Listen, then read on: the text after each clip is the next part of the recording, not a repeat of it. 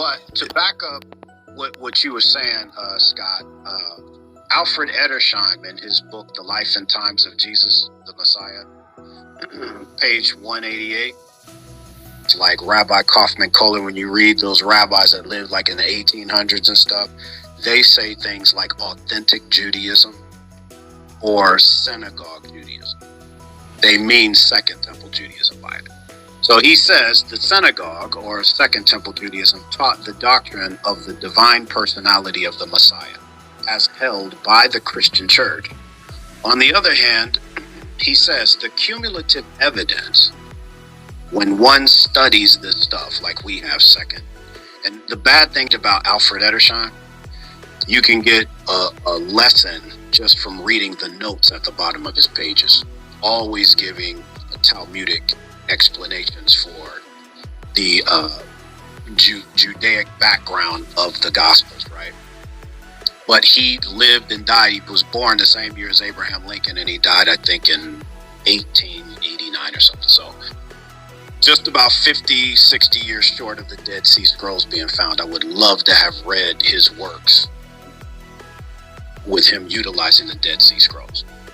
So he says the cumulative evidence that one finds when you study Second Temple Judaic writings, he says it must leave on the mind at least this conviction, that the Messiah expected was far above the conditions of the most exalted of God's servants, even his angels.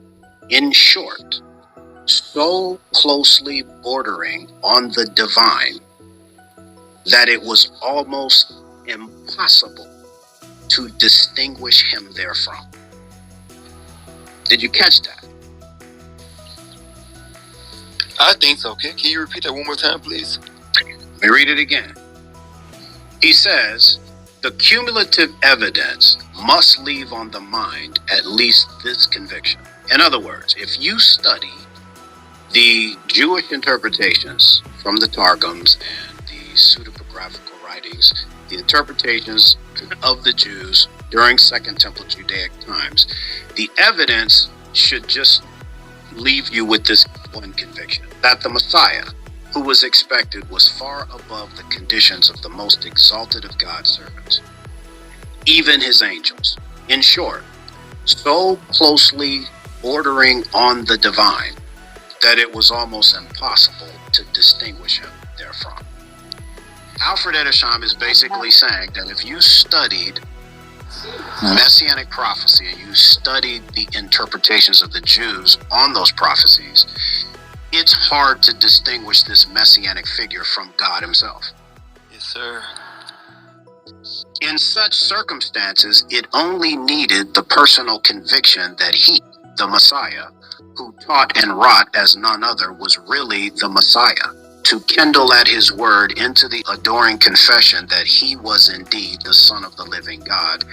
And once that point was reached, the mind, looking back through the teaching of the synagogue, would, with increasing clearness, perceive that, however ill understood in the past, this had been all along the sum of the whole Old Testament. That's beautiful. Jesus, it is.